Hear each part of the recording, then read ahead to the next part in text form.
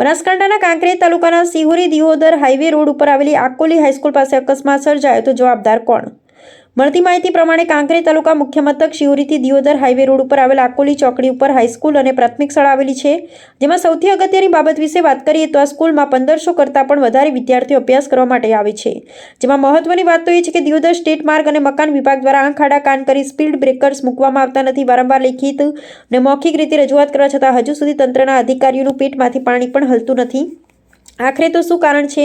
Sihori Deodar highway road ઉપર દરેક જગ્યાએ સ્પીડ બ્રેકર્સ મૂકવામાં આવ્યા છે, ત્યારે આકોલી હાઈસ્કૂલ પાસે બમ્પ મૂકવામાં કયો ગ્રહ નડે છે તે સમજાતું નથી. વધુમાં કે 3 થી 4 વખત અકસ્માત સર્જાયો છે, જેમાં કોઈ મોટી જાનહાનિ થઈ નથી, પરંતુ ના કરે નારાયણ અને કોઈ મોટો અકસ્માત સર્જાય તો જવાબદાર કોણ? એ પણ એક સવાલ છે. ત્યારે બનાસકાંઠા જિલ્લા માર્ગ અને મકાન વિભાગ દ્વારા તાત્કાલિક અસરથી દિયોદર સ્ટેટ માર્ગ અને મકાન વિભાગના અધિકારીઓને સૂચના આપી યુદ્ધના ધોરણે અકસ્માત નિવારવા આકોલી બસ સ્ટેશન ચોકડી પર બંને બાજુ સ્પીડ બ્રેકર્સ મૂકવામાં આવે તેવી માંગ બુલંદ બની છે, અને જો નહીં મૂકવામાં આવે તો રસ્તો બંધ કરી ઉગ્ર વિરોધ પ્રદર્શન કરી સિમેન્ટ ક્રોકરી રીતથી ભરીને અકસ્માત નિવારવા ના છૂટકે આકોલી ગ્રામજનો દ્વારા બમ્પ બનાવવામાં આવશે. ત્યારે પછી કોઈ ટ્રાફિક જામ થાય છે કે પછી કોઈ અધિકારી કે નેતાઓની ગાડીઓ અટકે તો તેની સંપૂર્ણ રીતે જવાબદારી દિયોદર માર્ગ અને મકાન વિભાગની રહેશે.